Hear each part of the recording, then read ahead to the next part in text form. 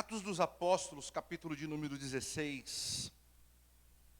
Eu quero compartilhar com você uma palavra que Deus usou para me confortar, para me consolar.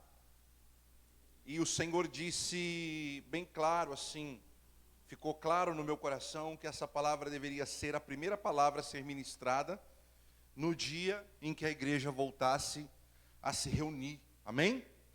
O dia em que a igreja voltasse a se reunir, essa palavra era para ser ministrada. Então, eu quero ler rapidamente, aqui em Atos dos Apóstolos 16, versículo de número 6. Nós vamos estar lendo até o versículo de número 10. Todos acharam? Diz assim: e percorrendo a região da Galácia, tendo sido impedido pelo Espírito Santo de pregar a palavra na Ásia, defrontando Mísia, tentavam ir para Bitínia, mas o Espírito de Jesus não o permitiu. E tendo contornado Mísia, desceram a Troade.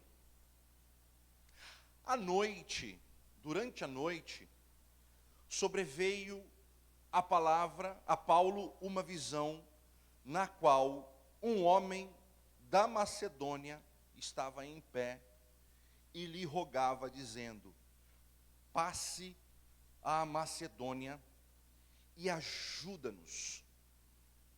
Assim que teve a visão, imediatamente procuramos partir para aquele destino, concluindo que Deus nos havia chamado para lhes anunciar o Evangelho.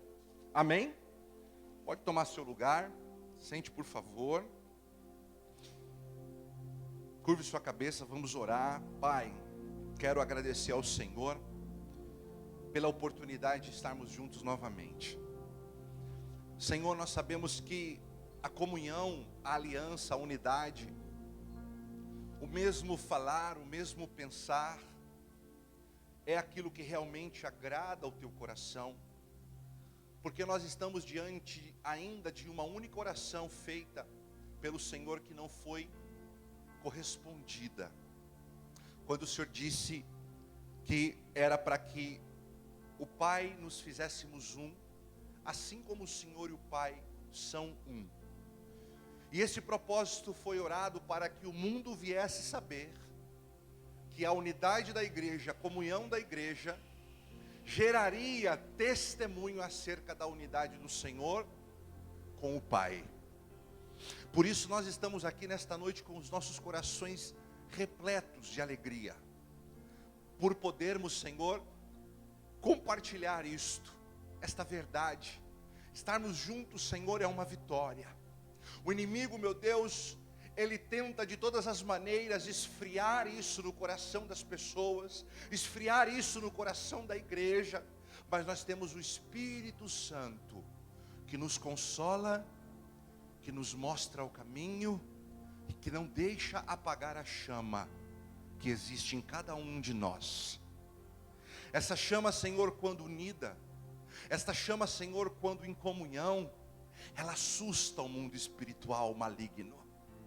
Ela faz com que o Senhor se alegra, ela faz com que o teu Espírito se regozija em nós. Pai, que neste culto, esses irmãos que aqui vieram hoje, que estão todos, Senhor, de parabéns por terem vencido o medo, o comodismo. Meu Deus, esses irmãos, assim como aqueles que estão em casa, por orientação, ou aqueles, meu Deus, que não frequentam a igreja, que não têm ainda, Senhor, um entendimento acerca da importância da igreja.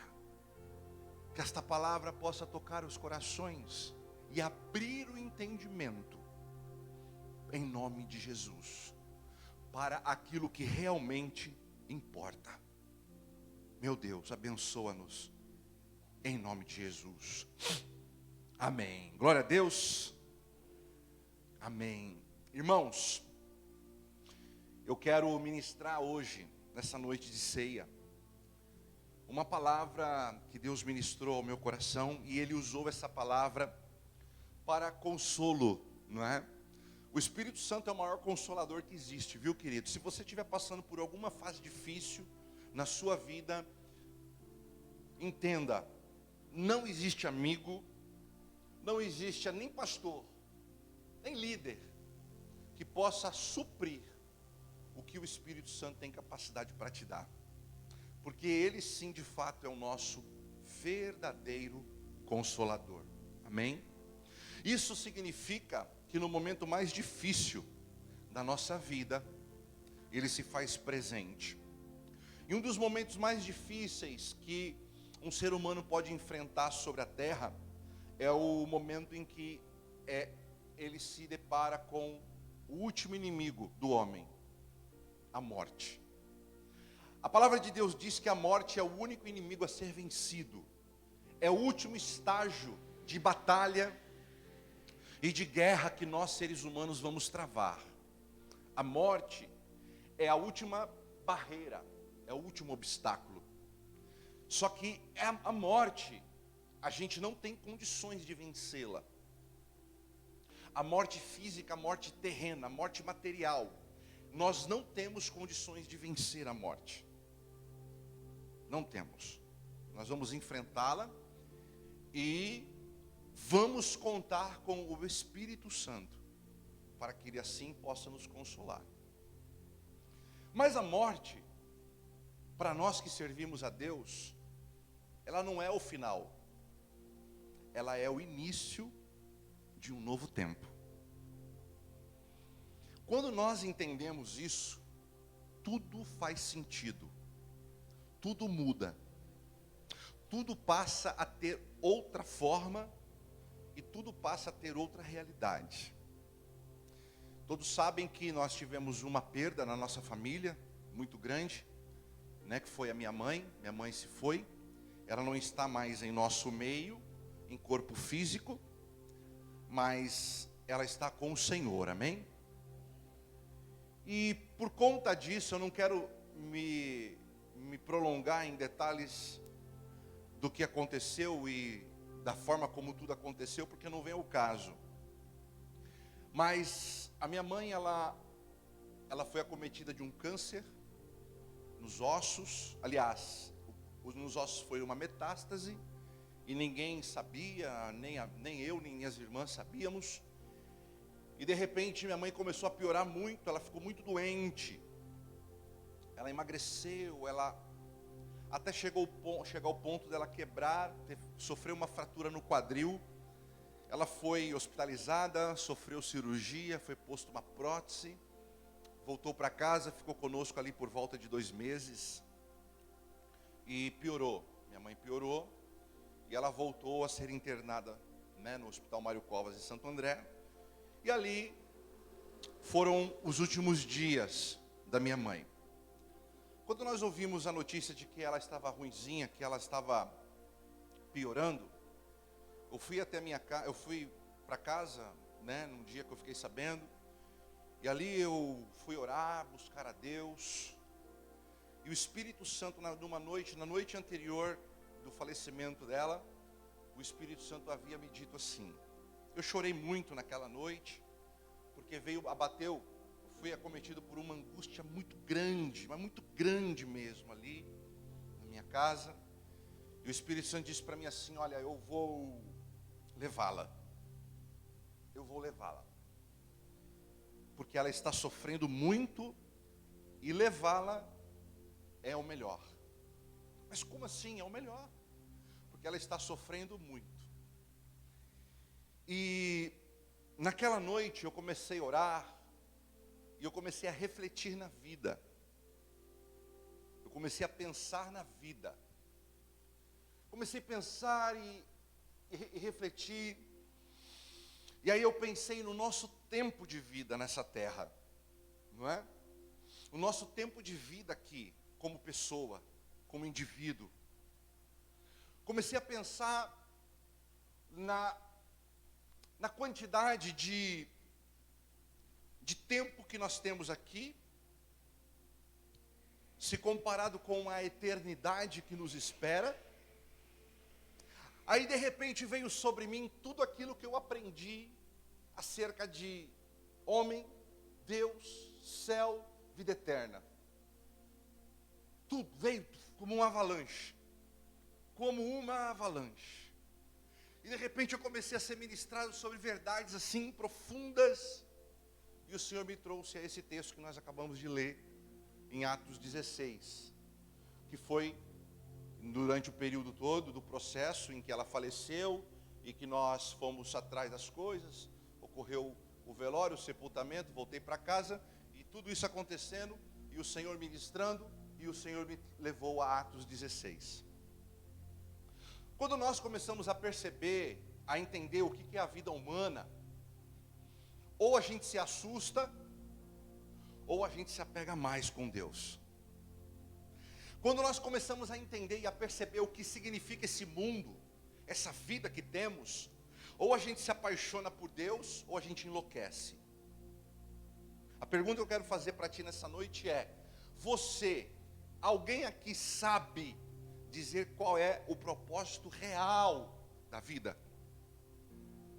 Quem aqui sabe me dizer qual é o propósito real da vida? Tivemos a perda do Dr. Morris Cerulo, um dos pastores que eu admiro, morreu antes de ontem. E chegou a minha notícia através do pastor Marcos Aurélio, que é um 12 do apóstolo Fábio Abud, eu vi no Face. Aí eu coloquei assim: nós o perdemos, mas ele ganhou. Ele partiu para cumprir o propósito principal. O nosso propósito principal qual é? Qual é o propósito principal desta vida? Irmãos, quando você começa a meditar e quando você começa a entender a nossa existência e tudo que aconteceu durante a história toda, é aquilo que eu disse agora há pouco: ou você se apaixona por Deus, ou você enlouquece, ou você crê, ou você vira um ateu. Mas até para ser ateu você tem que ter fé, porque ateu é um posicionamento. Você que está me ouvindo, de repente você está me ouvindo, você se julga ser um ateu, um ateísta. Até para você dizer e assumir um posicionamento de não acreditar em Deus, você tem que ter fé para isso. Ou seja, a vida é isso: ou você se apaixona por Deus, ou você enlouquece. Mas deixa eu dizer algo para você, querido. Quem aqui ama pessoas? Quem aqui ama alguém? Quem aqui ama uma pessoa? 2, 3, 4, 5, 6, 7. Nós amamos pessoas aqui na terra. Sim ou não? Nós amamos pessoas aqui, nós nos relacionamos com pessoas aqui na terra. Imagina se todo esse amor, todo esse relacionamento se limitasse apenas a essa vida. Teria sentido, sim ou não? Não. Por isso que Deus tem mais para nós. Diga: Deus tem mais para mim. Diga assim: Deus tem muito mais para mim. Por isso que eu creio na palavra que diz que Deus faz além daquilo que pedimos ou... O céu é tudo aquilo além daquilo que pedimos ou pensamos. Isso é o céu. Quando você começa a entender o que Deus é e a maneira como Deus tem lidado, eu ministrando aqui para os meus 12, terça-feira, eu ministrei algo que Deus ministrou no meu coração. Antes de Adão e Eva terem pecado, Adão e Eva foram feitos para viver eternamente na glória, na presença de Deus. Por que nós sofremos tanto com o falecimento de um ente querido? Porque a gente não está preparado para a morte. A morte, a gente não tem resistência para lidar com ela. Nós não fomos preparados para morrer. E eu comecei a pensar, a meditar aqui, voltando rapidinho. Eu falei assim: meu Deus, minha mãe está com 70 anos aqui, só para concluir o raciocínio. Minha mãe está com 70 anos, mas se o Senhor curar ela agora, ela vai viver mais quanto tempo conosco? Mais 10 anos? 15 anos, 10, 20 anos, ótimo. Mas ela vai morrer um dia. Os médicos vão tocar, vão curar, pode operar, sim, pode. Mas quanto de vida a mais os médicos poderiam dar a ela? Percebem sim ou não? Quantos quer? Às vezes a gente fala assim, cura, Deus cura, ótimo.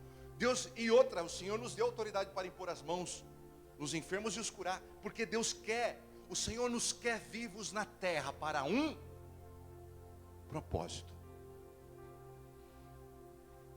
Quando eu entendo e observo Adão e Eva, a palavra diz que Adão, ele morreu com 930 anos. Quantas gerações Adão não viu? Eu estava ouvindo um vídeo do Olavo de Carvalho essa semana. Ele falou assim, eu estou com 71 anos de idade, eu já vi 3 gerações. 3 gerações. Quantas gerações um homem de 930 viu? Bom, colocando à parte isto, eu quero falar com vocês o seguinte. Adão viveu 930 anos, depois vem Matusalém, e vem toda a galera que naquela época vivia esse tantão de anos. Conclusão. Em Gênesis capítulo 6, a palavra do Senhor diz assim, vou destruir o mundo porque me arrependi de ter feito o ser humano. Forte isso, irmãos? Claro! Lógico que é, muito forte. Aí o que acontece? Deus, ele levanta um homem chamado Noé para construir a arca. E a determinação para aquela época era a seguinte, você precisa entrar na arca com a sua família. Diga, entrar na arca com a minha família. Diga isso de novo, entrar na arca com a minha família. Isso, essa era a determinação. E Jesus, ele compara os dias atuais como os dias de Noé. A igreja é a arca. Mas isso daqui é para o final da mensagem. Quando o dilúvio acontece, Noé, ele sai, a arca pousa no Monte Ararat, e Noé sai da arca. Deus, ele dá uma direção, Deus, ele emite um novo decreto sobre a vida do homem. Ele diz assim, o homem não viverá mais tanto. A partir de hoje o tempo de vida do homem será de 120 anos. Sabe o que eu aprendo com isso? Conforme o homem se distancia de Deus, o tempo de vida desse homem é também diminuído sobre a face da terra. Eu acho que Deus pensa, eu não quero mais me aborrecer tanto. Eu vou aguentar um Caim na barra da minha saia, comendo meus bichinhos, matando minhas ovelhinhas, derramando todo esse sangue. Vou aguentar um cara pecador. A palavra fala que Deus, ele se arrependeu. Imagina a qualidade de ser humano que existia naquela época. Deus olhou assim, comendo minhas frutas, comendo meus alface, comendo meus bichinhos, derramando o sangue dos animalzinhos para manter um cara que não quer saber de mim. Não vai mais. Passa a régua em pelo menos 800 anos.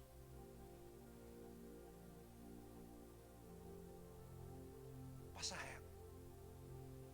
E aí o homem viveu 120 anos. Só que quando você roda um pouquinho mais a Bíblia, você vai um pouquinho além, você se depara com lá em Salmos 90. O salmista, ele olha para a situação do ser humano, ele olha para si próprio e diz assim, a vida do homem é até os 70. Passou disso, meu filho, é cansaço e enfado. Querido, conforme a dureza do coração do ser humano aumenta, a dureza aumenta, o tempo de vida diminui. Tem um ditado que diz assim, honra pai e mãe para que os seus dias na terra se prolonguem, para que tudo que você fizer vá bem. Deus ele tem prazer na vida do justo. Deus ele tem tristeza na morte do ímpio. Deus não se alegra quando uma pessoa se vai desta vida despreparado. Deus ele não tem alegria. Deus ele não tem alegria tanto em ter alguém dando trabalho a ele o tempo todo, causando vexame, vergonha a ele o tempo todo, mas também Deus não tem prazer e alegria quando alguém parte desta vida sem ele. Talvez, irmãos, os dias estão sendo abreviados para que nós venhamos entender isso de uma forma mais clara. Vou voltar à pergunta. Alguém aqui sabe dizer qual é o propósito principal da vida? Então, quando acabou e nós viramos a página do sepultamento, o Senhor ministrou essa palavra em meu coração, como uma forma de consolo. E Ele disse: alerte a igreja. E Deus falou assim comigo: hoje foi virada uma chave na sua vida. E eu comecei a observar essa questão da vida humana, do tempo de vida na terra. Qual é o propósito real da vida? E Deus ele tem falado ao meu coração de uma forma muito clara. Nos últimos dias, muitos apostatarão da fé. O que é apostasia? Apostatarão da fé, dando ouvido a espíritos enganadores e a doutrinas de demônios. O que é apostasia? Apostasia é você que cria, deixar de crer. Apostasia não é para o ímpio que não cria e vai continuar não crendo. Mas a apostasia é para aquele que cria e deixou de crer. Você que cria em Deus e de repente você deixou de crer. Você que vivia debaixo de princípios e de repente você deixou de viver. Eu não estou falando de uma fase difícil que você está passando, não. Eu estou falando de decisões. Eu estou falando de definição de alma. Eu estou falando de escolhas. Querido, quando Deus, Ele impede Paulo de pregar na Síria. Incrível, não? Paulo era o maior missionário da época. Precisava de uma aguinha aqui, pessoal. Paulo ele era o maior missionário da época. Missionário. Paulo, a missão de Paulo era pregar aos gentios. Pedro não entendeu o propósito, Deus levantou Paulo. E de repente Paulo começa a pregar. E as pessoas se convertendo e Deus fazendo a obra. E de repente vem no coração de Paulo: vamos para a Síria. Aí o Espírito Santo chega para Paulo e fala assim: não preguem na Síria. Aí, mas como assim, Senhor? Não pregue na Síria, volte. De repente eles vão para outro lugar e ali o Espírito de Jesus, como diz a palavra, diz assim: não pregue aqui. E à noite Paulo tem um sonho, um homem aparece para ele dizendo assim: passe para a Macedônia e ajuda-nos. E quando você começa a ler Atos 16, você percebe coisas grandiosas que Deus fez ali, naquele lugar. Primeiro que Deus fez ali foi unir propósitos. Deus ele une um cara como Paulo a um cara como Timóteo. Foi nessa interferência de Deus, foi nessa interferência do Espírito Santo que Paulo conheceu Timóteo, e a igreja ganhou um dos melhores e mais lindos textos doutrinários contidos nela. O relacionamento de um pastor com um discípulo, de um pastor com uma ovelha. Quer entender como que se relaciona pastor e ovelha? Olha para Timóteo e Paulo. Timóteo ele era um menino muito dedicado, e quando Deus une o propósito dos dois, acontece uma coisa extraordinária. ensino, doutrina para a igreja. Tremendo, sim ou não? E nessa viagem de Paulo com o impedimento de pregar na Síria, você percebe uma conversão acontecendo ali naquele lugar, de uma jovem chamada Lídia. A palavra diz que Lídia, ela não era judia, ela era uma mulher que não tinha doutrinas. Mas a palavra fala que ela era uma mulher que ela vivia próxima às irmãs da igreja, às mulheres da igreja. Ela tinha um coração desejoso por estar perto de pessoas que pudessem acrescentar na vida dela algo melhor. Essa era a Lídia. Quando Paulo, ele prega para Lídia, a palavra diz, e Deus abriu o coração dela para que ela recebesse a palavra. E ali Deus fez uma grande conversão na vida da Lídia. E quando você vê a história correndo, você percebe Paulo entrando em um novo desafio. E o desafio que Paulo enfrentou foi a libertação de uma escrava, que ela era usada por algumas oligarquias da época, ou seja, homens ricos que faziam do dom dela uma fonte de renda. A palavra diz que essa jovem, ela era vidente, ela adivinhava as coisas e os homens ganhavam muito dinheiro com isso. E quando Paulo chegou ali, aquela mulher, ela começou a perseguir a Paulo e ela começou a incomodar, elogiando demais. Aqui, ali vai um homem de Deus, ali vai um servo do Senhor, ali vai um homem de valor. Quando Paulo olhou para aquela situação, Paulo liberta aquela jovem do espírito de engano que estava sobre a vida dela. Quando aquela jovem é liberta, o coração daqueles homens, daqueles oligarcas, daqueles homens que ganhavam às custas daquela jovem, se encheu de ira. Pegaram Paulo e Silas e os lançaram na prisão.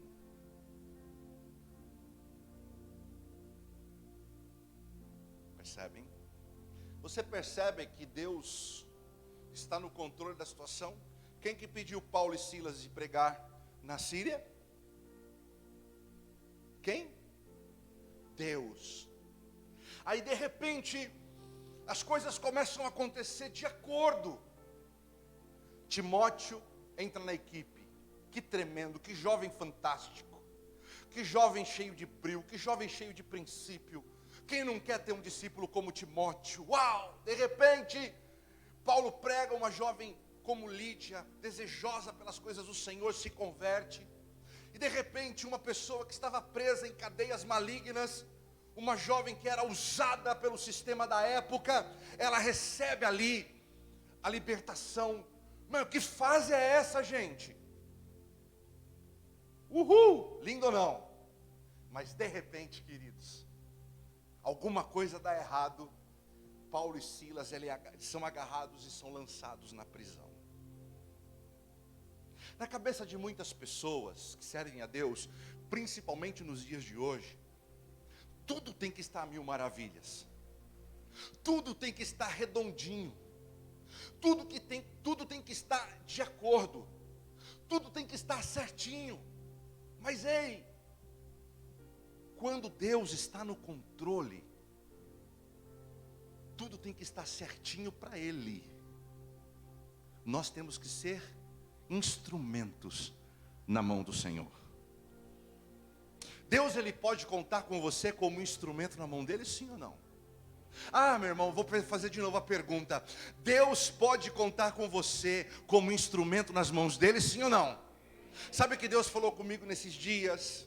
A morte da sua mãe tem que virar uma chave na sua vida. E você tem que valorizar a vida e o propósito da vida e da igreja na terra como você nunca valorizou.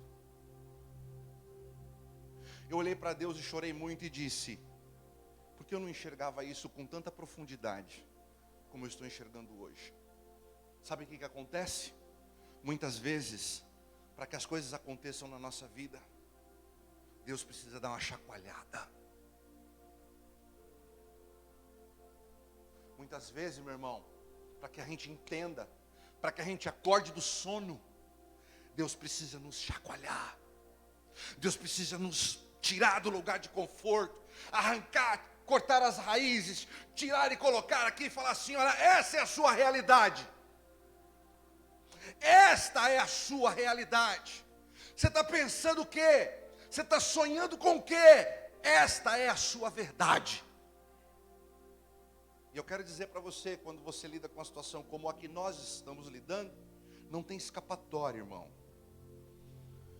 Essa é a realidade. Quando Paulo e Silas estavam na prisão, foram lançados, foram chicoteados. Pergunta: o que esses homens estavam fazendo presos? Meia-noite. O que eles estavam fazendo meia-noite? Oh, meu Deus. Você sabe o que os caras presos, com as costas tudo rasgadas, estavam fazendo meia-noite? Adorando a Deus. Louvando ao Senhor. Entoando cânticos de adoração ao Pai.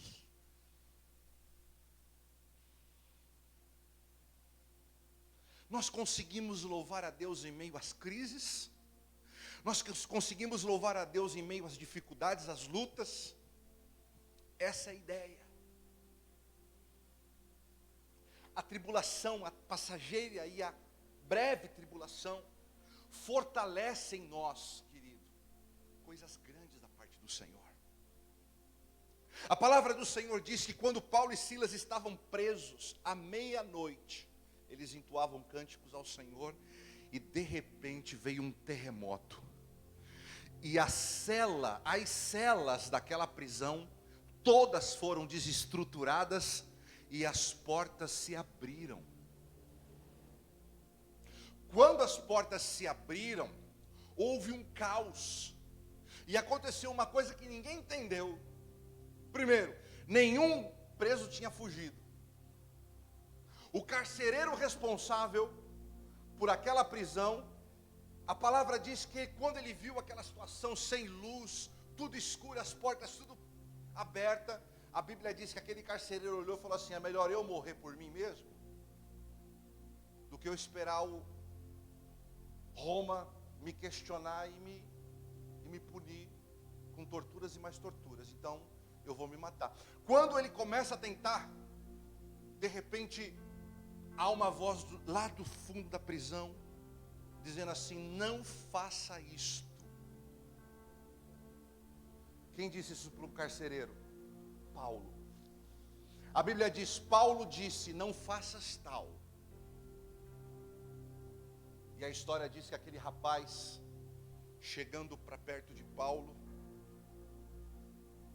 os tiraram da prisão, viram o milagre, não entendeu nada, né? Porque ninguém fugiu. Por que ninguém fugiu? Por causa dos princípios. De repente ele tira aqueles homens de fora, de dentro da prisão, e leva para fora. E aqui acontece o que Deus usou para consolar o meu coração. E eu quero ler com você. Vá lá na Bíblia. Lá no versículo 27. Do capítulo 16.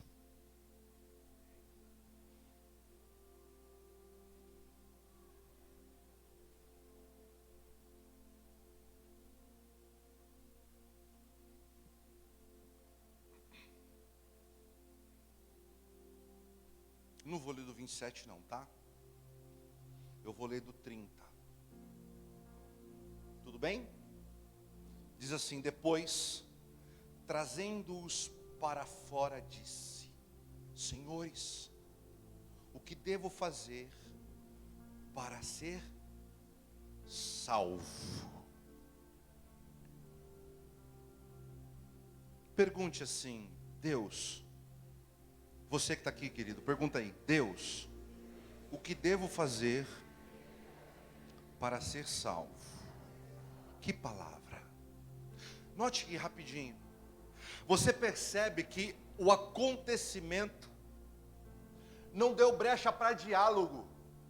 O carcereiro viu as maravilhas de Deus acontecendo, e quando ele colocou aqueles homens para fora da cadeia, ele já perguntou direto a esses caras, ele já percebeu: esses caras são diferentes, esses caras são especiais, e eles têm a resposta para minha dúvida. E ele pergunta: senhores, por favor me ajuda. Eu sei o porquê de vocês estarem presos, tenho ouvido falar da mensagem que vocês têm pregado. O que aconteceu aqui nessa noite não tem explicação. A pergunta que eu te faço é: o que eu devo fazer para ser salvo? Vocês estão preparados para a resposta? Sim ou não? Paulo olha para ele e diz: crê no Senhor Jesus e será salvo tu e a tua casa. Crê no Senhor Jesus e será salvo tu e a tua casa.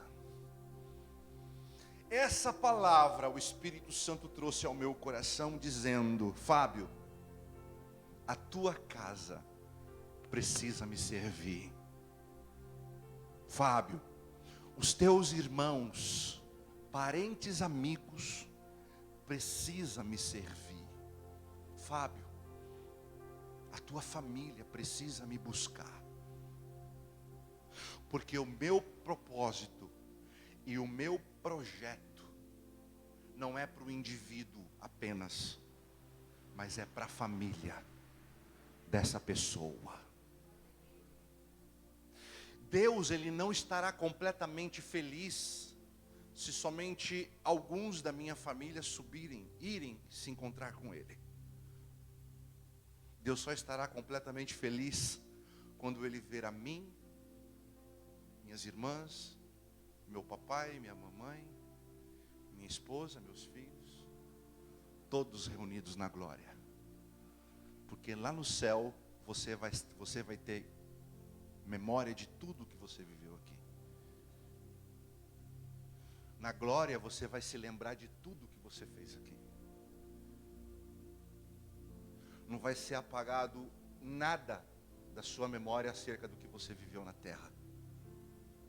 Você vai se lembrar de tudo.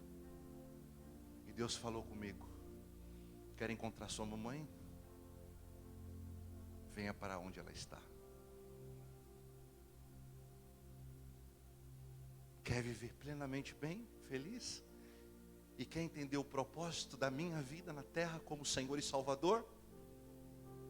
Pregue para a tua família. Ministre o meu amor para a tua família.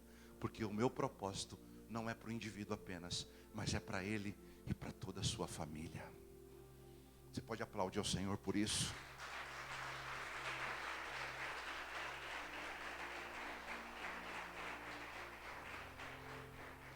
Agora eu faço de novo a pergunta que eu fiz no início. Alguém aqui sabe dizer qual é o propósito real da vida? Então deixa eu dizer uma coisa para você que é cristão. Tem alguém aqui que é cristão, irmãos? Quem aqui é salvo, lavado e remido pelo sangue do Senhor Jesus? Levante a mão. Então diga: deixa eu te falar uma coisa muito séria. A partir de hoje você vai entender a importância disso. Quando alguém perguntar para você se alguém da sua família está bem e essa pessoa não está em Cristo, não diga que ela está bem, porque ela não está bem.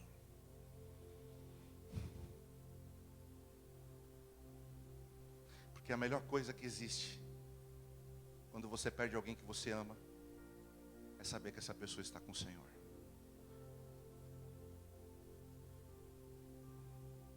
Não sei se essa palavra está te confortando ou te deixando em crise, porque eu sei que muitas pessoas já perderam pessoas. Eu já perdi a avó sem Jesus, eu já perdi.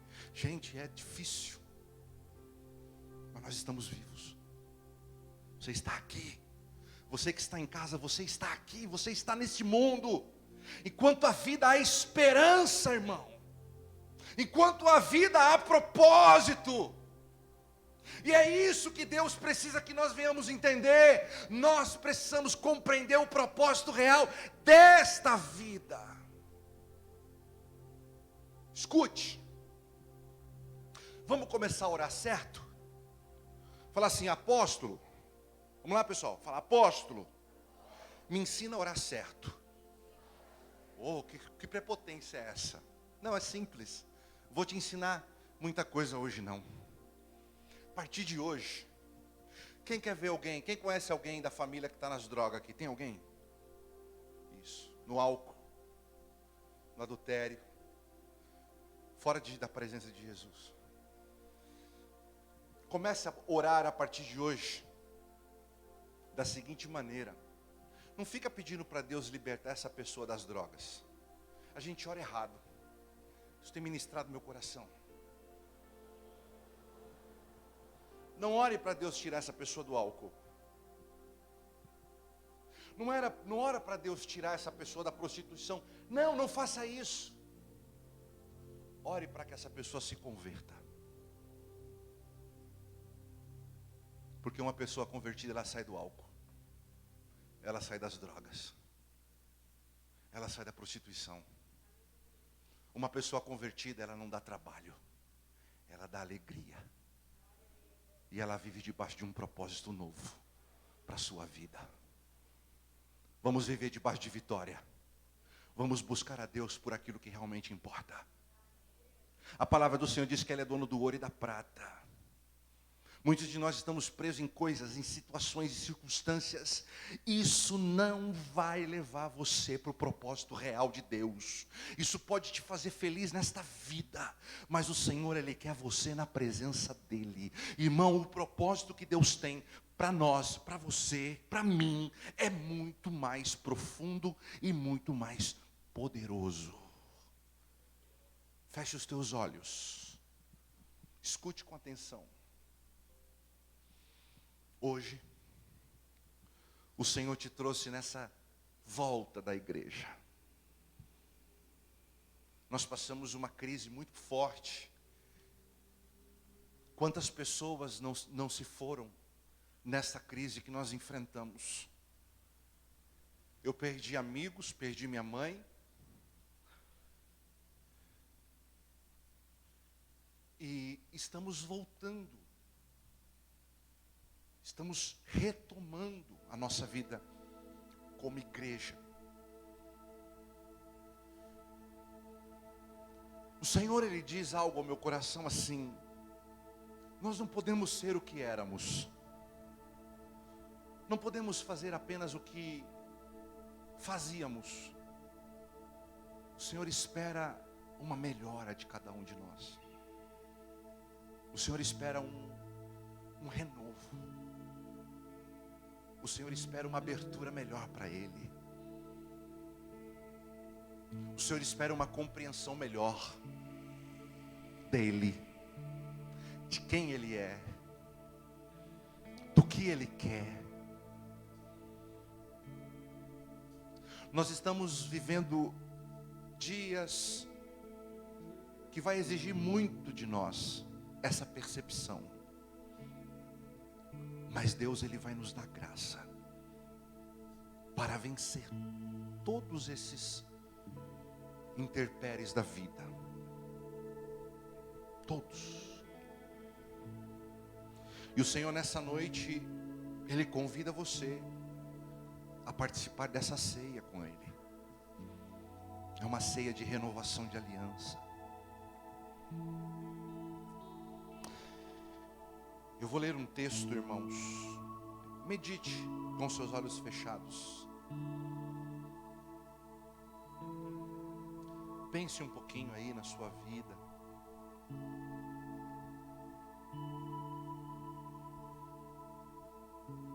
Pense um pouquinho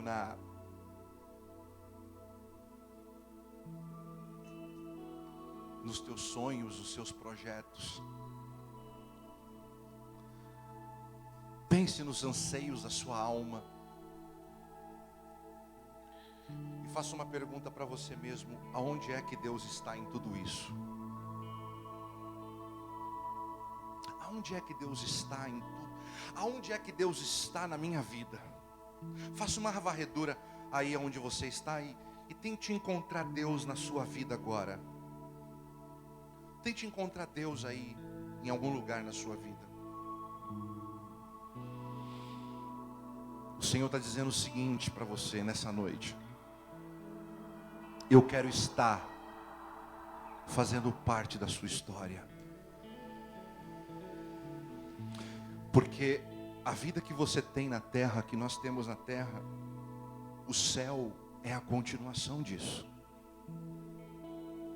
Muito melhorado. Mas no céu é a continuação daquilo que nós estamos vivendo aqui na terra. Aonde Deus está no seu projeto de vida? Me diga.